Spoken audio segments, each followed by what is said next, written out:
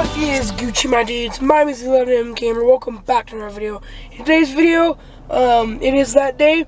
We are going and picking up the $50 lawnmower for the start of the Yellow Jacket series. I have a trailer back there. A trailer we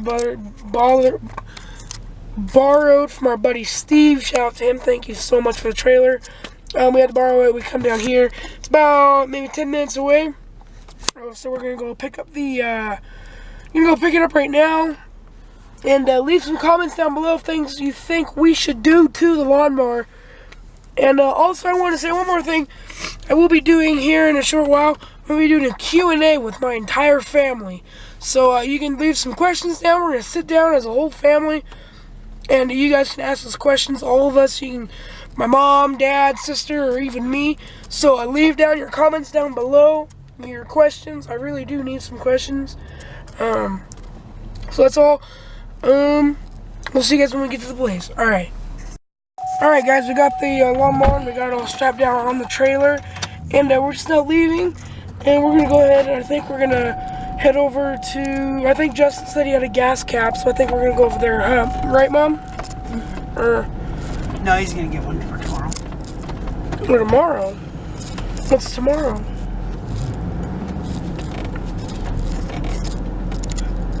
I guess she won't answer me.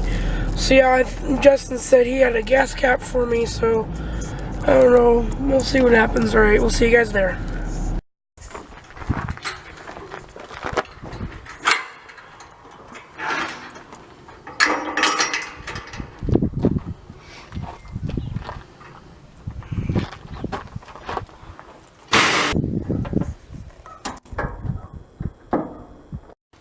Okay guys, so we got our mower here, we got it at the house, and we just got it all unloaded, unstrapped.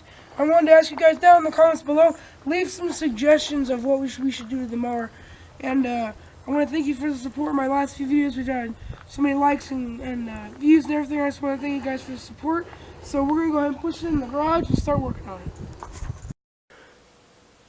Alright guys, so we're in the shop now, and I got you guys up on a tripod. And we're going to go ahead and be starting working on this engine, getting it to start. Now, the first thing you do is the engine that's sat a while. The first thing I do is take off the air cleaner cover, which this is a 2-cylinder engine. So on most engines that are single cylinder, the carburetor will usually be on this side, because up here will be the spark plug wires and the coil and everything like that. So on a single cylinder engine, your air cleaner stuff should be over in this area over here. But mine's a 2-cylinder, so it's over on this side right here. What you're gonna go ahead and do is take off your cover, lift it off. And inside your cover should be your air filter, and underneath your filter is your carburetor intake, and then down here, that bit right there, that's the carburetor right there. So we're going to take these wing nuts off and go ahead and take off the air cleaner cover.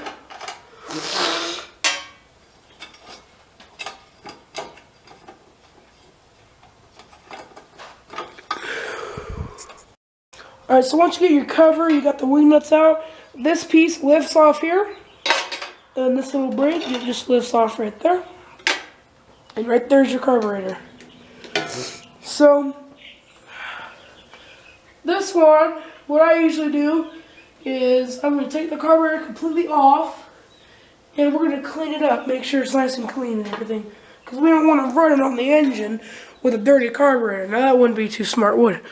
So I'm going to go ahead and take this metal shroud off so we can just see the carburetor. Okay, so before you go yanking around, once you get this metal cover undone, there should be under here, it's called, I think it's called a blow-by hose. You have to pull that out, it's right here, blow-by hose. I don't know what it does, you can Google it, so I'm not a mechanic, not a clue what it does in the world, so. If you're looking for actual information, wrong place, you're looking in the wrong area, so. Yeah, there's no actual good information on this channel. So, yeah, no, you're in the wrong place. Basically, once you get your air cleaner cover all taken apart, We're going to set that aside on the workbench or somewhere out of the way so these little screws don't get lost. And right here's your carburetor. Make sure we can see and get it all readjusted. Okay. So what you're going to want to do is on my engine, this is the fuel line right here, and it is hard as a rock and dry rotted. You need a new fuel line. And then here would be the throttle cable, right? No, this would be the choke cable. When you pull the choke, it does not work. You turn, wow. Some nice quality ingenuity right there. Choke cable is completely broken. So that's a thing. Yep, so there's no choke on this engine. So we're going to need a new one of them eventually. But anyway, you pull the choke cable and then this little deal here, this little thing closes and opens. And then this would be your throttle cable right here. As you move this, it moves your throttle down here on the bottom. And then this one. Man, everything on this thing's all screwed up. Man, look at this guy. Wow. Okay. Yeah, this thing's really screwed up. So there's your throttle down here. This is the carburetor, fuel line, choke cable. And then if you look, there should be 2 bolts. There should be one right here and one right here underneath your carburetor. And you undo those 2 bolts and your carburetor should lift off of your intake manifold. So we're going to go ahead and do that and I'll get back to you then.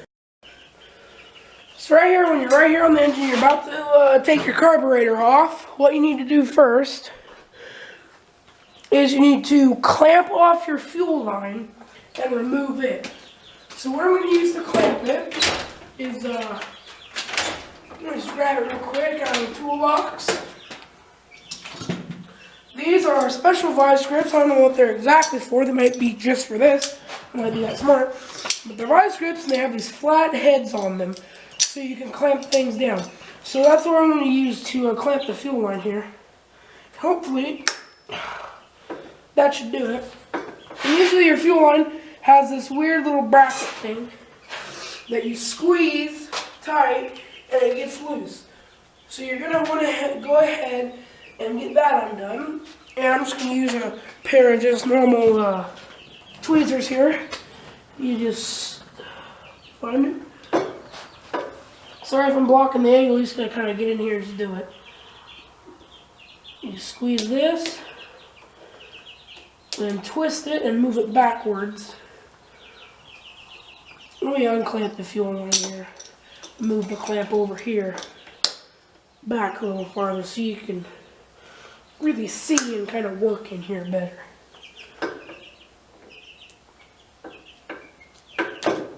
These things are always kind of tricky. I have troubles with them sometimes. And there's your fuel line all undone. Right there, I want you to shoot it back about there.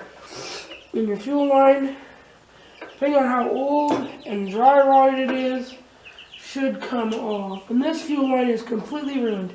Because just by squeezing it and clamping it down, the hose is starting to fall apart. So this fuel line is completely dead. So we will not be using it. If you could just get it off. It's kind of difficult to get off.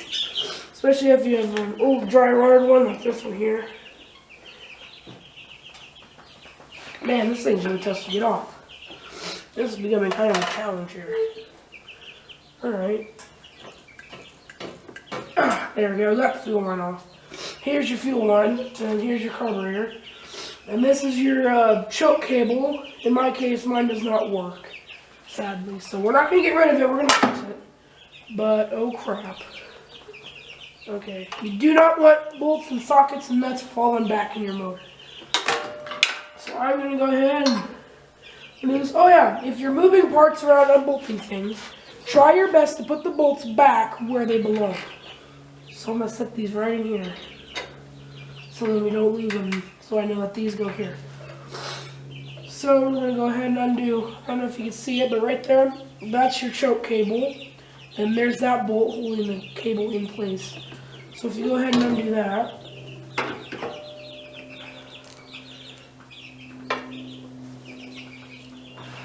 man, there's a lot lot of grease on here. I'm glad I'm going to be cleaning it. So you just go ahead and make sure your ratchets go in the right direction, which mine is not. And go ahead and undo it. You gotta kind of, they're really tough to get off because they're tightened on there pretty tight.